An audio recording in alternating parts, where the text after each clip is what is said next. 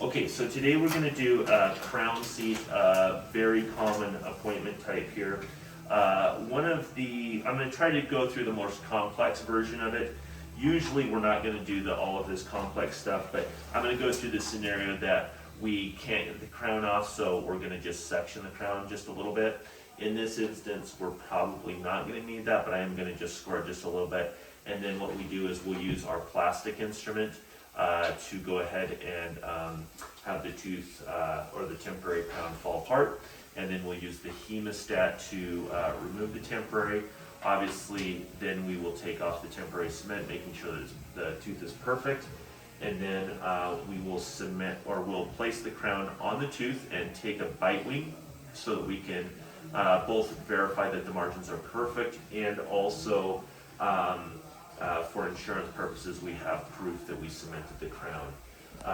So, usually the assistant will just come in here with the hemostat and remove the temporary, and then place the crown, take the x-ray, and then come and get the doctor to take a look at the x-ray. So the fact that the doctor is in here at this portion of the appointment usually isn't normal.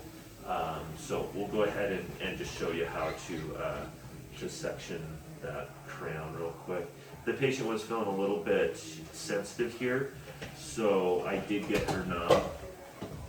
That happens occasionally. As far as the temporary cement, usually we're standardizing on temporary cement. The assistant has to get permission from the doctor if they want to use flowables. Sometimes that's necessary on upper anteriors to make sure that the crown doesn't come off during the 2 weeks, okay? Another thing too, I'm usually okay if a temporary crown comes off during the 2 weeks, as long as the patient is usually over 30 years old and if there's no sensitivity. If there's no sensitivity over 30 years old, I'm fine even going to 2 weeks without a temporary. But if it is sensitive or the patient is a little bit younger, things can move. So we would really want the temporary to come to be placed back on there. So how are we doing? Is it feeling sensitive still? Yes. No. That's good. Okay. It's none. Okay. All right. So I'll have you open big. So on this, what I'm going to do is sometimes I'll use my crown prep burr. In this instance, I'm using my 330, and I'm just going to score it really lightly so that the tooth can, the crown can be sectioned.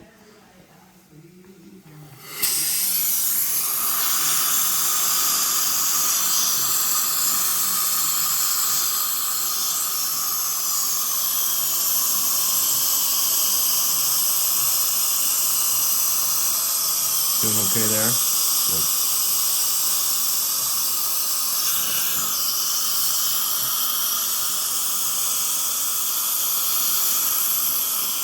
Okay, and so you can see that it's somewhat sectioned there. So I'm just going to use my plastic instrument, and I'll come in here and I'll just twist there, and you can hear it kind of breaking there. Okay. And then let's go ahead and use the hemostat. Okay. And so this would be what the assistant would be doing, is just essentially grabbing onto the temporary crown. And the secret here is to just do a ton of small wiggles, and you can just kind of break that seal. And then you can see that the temporary crown is coming out there. So let's go ahead and get the Explorer.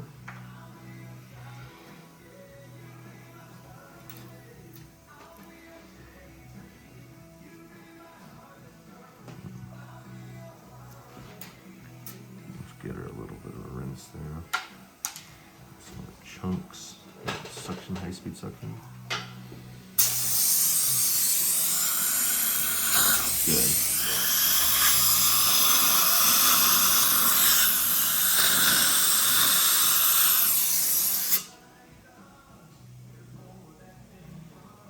And so you just need to make sure that all that temporary cement is off. That way when we seat the crown, it is seated all the way down instead of having temporary cement in there. So let's do one more rinse.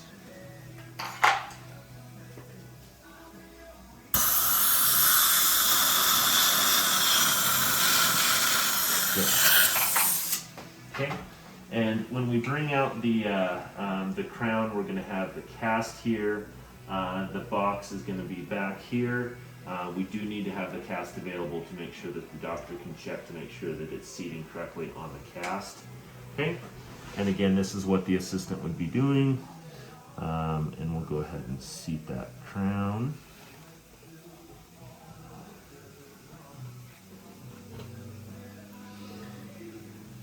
Kind of seems like the contact might be a little bit tight, which is not a problem. We can make adjustments there. How does that feel when you bite down? Does it feel perfect? Yep. Okay, all right. Let's go ahead and grab that bite wing, and we'll take a look at it. Have you opened it? And bite? Doing okay? Little and cozy?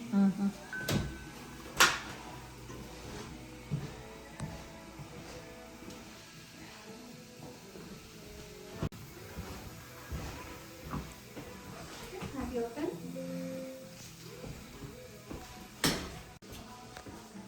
Okay, so we took the x-ray here, okay. We also labeled this on EagleSoft as the crown seat of number 18. That way we know exactly what the x-ray is for. And then I oriented this x-ray to be in the right orientation. Now, so I'll look at the x-ray, and then I like to look at the x-ray with the patient, because I want the patient to also see that we're looking for smooth surfaces.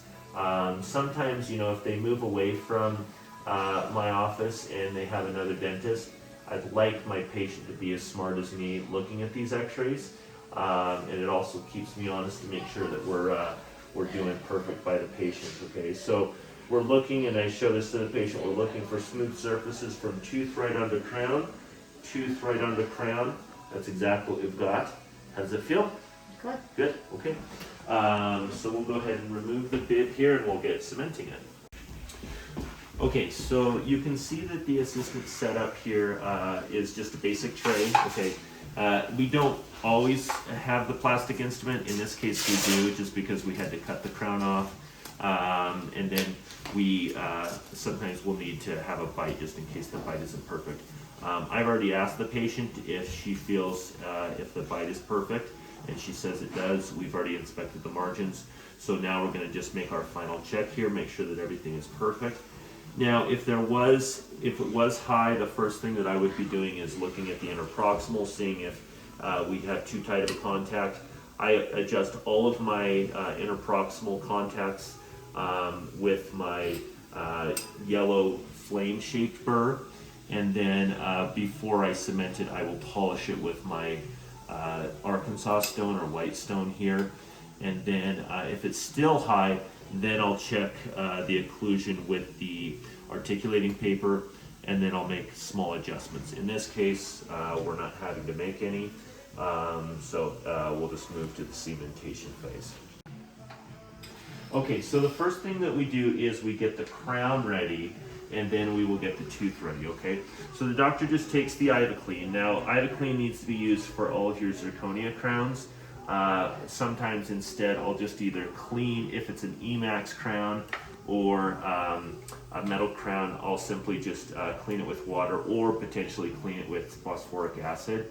But in this case, we'll just apply a drop of Ivoclean there, and then the doctor holds the crown, okay, and then the assistant will place the high-speed suction, and then we'll go ahead and rinse the interior of the crown for just a few seconds, and then we'll dry, okay? Now, if we're doing multiple crowns, what we'll do is we'll set the crowns in order of where they're gonna go on in the mouth, but in this instance, we're just cementing one crown, okay? So now what we'll do is we'll come into the mouth, and we will apply etch to the tooth, okay? It just kind of roughens up the tooth just a little bit more for some of that micromechanical retention. It also potentially reduces the amount of bacteria that's underneath the crown. So we like to do this. Now, if the tooth is super, super sensitive, we might not use the etch, but in this instance, we will, okay? So we'll just put a light amount of etch there. We'll wait for just a few seconds. And then we'll go ahead and rinse that off for about 10 seconds if possible. Okay. And then we'll go ahead and get the cotton roll. Okay. And we'll place that cotton roll next to the tooth. Okay. And then as soon as the assistant hears the air, she knows that we're ready, so she'll go ahead and mix the, in this instance we're using resin modified glass ionomer, glass ionomer cement, Fuji Plus.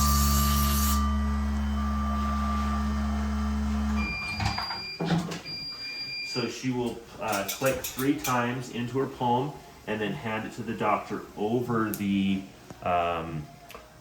tray. And then the doctor will come in, and it's important that we express the Fuji Plus in there, and then we scrape it up so that all of the interior is there. So the doctor is controlling how much of this Fuji Plus we're using and where it's being used, okay? So then we'll come back into the mouth,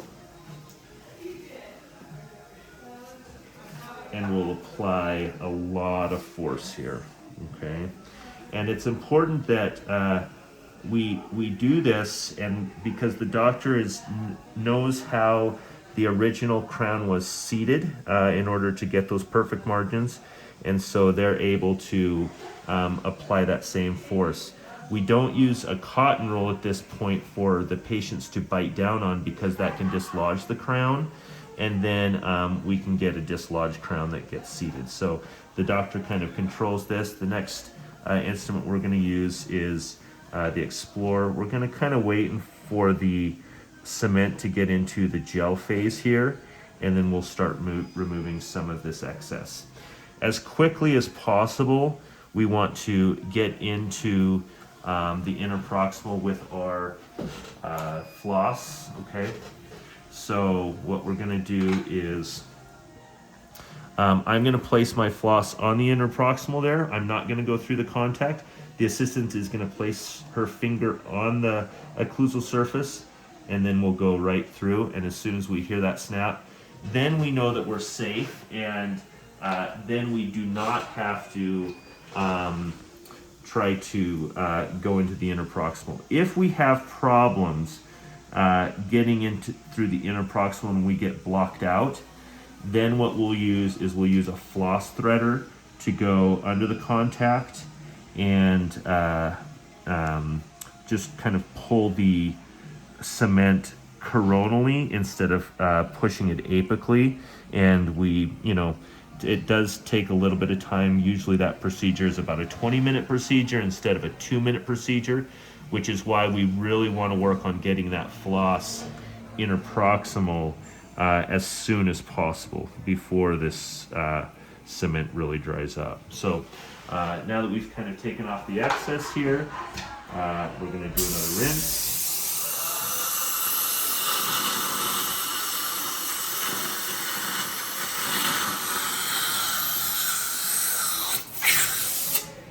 And then I do one final check here to make sure that there's no excess cement. There's a little bit up here on the occlusal.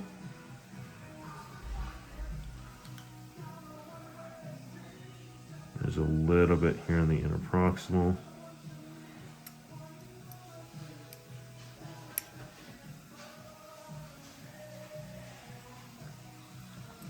Okay, one more rinse.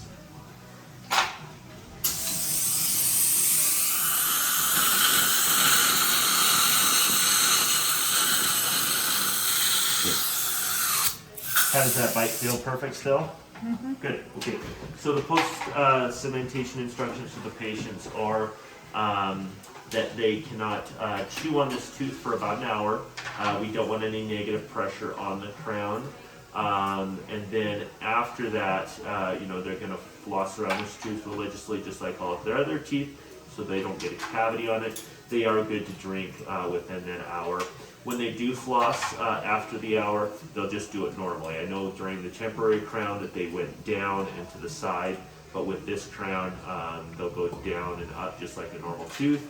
If the crown ever does come off when they're flossing like that, there was a reason for it. So, but we should be good to go.